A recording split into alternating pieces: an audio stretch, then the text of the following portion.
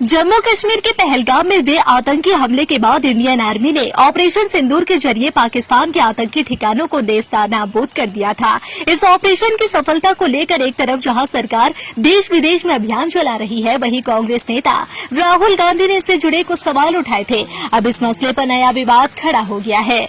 दरअसल BJP IT cell के chief Amit Malviya ने सोशल मीडिया पर एक कार्टून शेयर करते हुए राहुल गांधी पर निशाना साधा।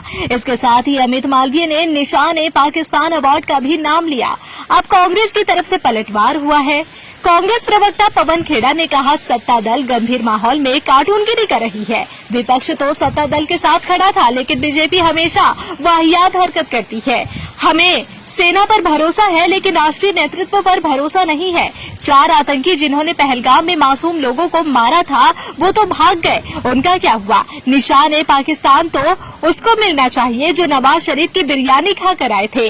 पवन खेड़ा ने कहा कि हम इस देश के राजनीतिक नेतृत्व से पूछना चाहते हैं कि आपने पाकिस्तान को पहले से बताया? क्या यही कारण है कि अजहर मसूद और हाफिज सईद बच पाए?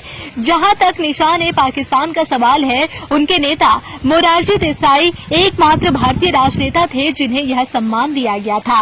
कुछ और लोग भी निशान-ए-पाकिस्तान के हकदार हैं, जैसे लाल कृष्ण आडवाणी और वह व्यक्ति जो बिना बुलाए नवाज शरीफ के साथ बिरयानी खाने चला गया। उन्होंने आगे कहा कि हमें लगता है कि उसे निशान-ए-पाकिस्तान मिलेगा।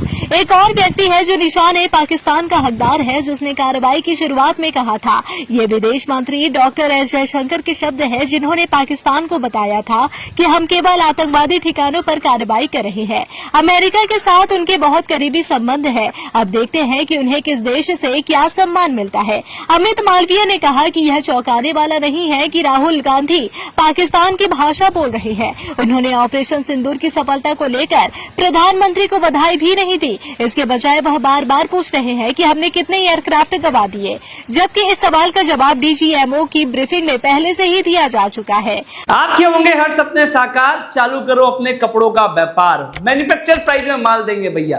कुर्ती 55 से चालू हो जाता है, साड़ी 115 से चालू हो जाता है। 15,000 प्रोडक्ट आपके लिए इंतजार कर रहा है। कब तक न्यूज देखोगे? ये समय आ गया है न्यूज बनाने के लिए। अमित मालवीय ने कहा कि राहुल ने एक बार भी ये जानने की कोशिश नहीं की कि संघर्ष के दौरान पाकिस्तान के कितने जेट मार गिराए गए या फिर कितनों को नष्ट किया गया। राहुल गांधी को आगे क्या मिलेगा? निशान-ए-पाकिस्तान। कांग्रेस नेता राहुल गांधी ने विदेश मंत्री एस जयशंकर से सवाल करते हुए कहा कि विदेश मंत्री एस जयशंकर चुप है। उनकी यह चुप्पी बहुत कुछ कह रही है। यह निंदनीय है। इसलिए मैं दोबारा पूछूंगा कि पाकिस्तान को हमले का पता होने की वजह से हमने कितने एयरक्राफ्ट खो दिए। यह सिर्फ चूक नहीं थी, यह अपराध था और देश को सच्चाई जानने का हक है। इससे पहले भी राहुल गांधी ने एस जयशंकर पर निशाना साधते हुए कहा था कि हमला करने से पहले पाकिस्तान को बताना एक अपराध है। विदेश मंत्री ने सार्वजनिक तौर पर इसे स्वीकार किया है। इसकी मंजूरी किसने दी? हमने कितने एयरक्राफ्ट खोए? 11 मई को प्रेस कॉन्फ्रेंस के दौरान एयर मार्शल ए के भारती ने कहा था कि हम युद्ध की स्थिति में है और नुकसान इसका एक हिस्सा है। सवाल ये है कि क्या हमने अपना मकसद हासिल कर लिया है? इसका जवाब है हाँ। उन्होंने कहा इससे जुड़ी डिटेल पर वह फिलहाल टिप्पणी नहीं कर सकते, क्योंकि हम अभी भी युद्ध की स्थिति में हैं और ऐसी कोई भी जानकारी दुश्मनों के हाथ लगाना सही नहीं है। एयर मार्शल ने कहा कि भारत के सभी पायलट सुरक्षित लौट आए हैं।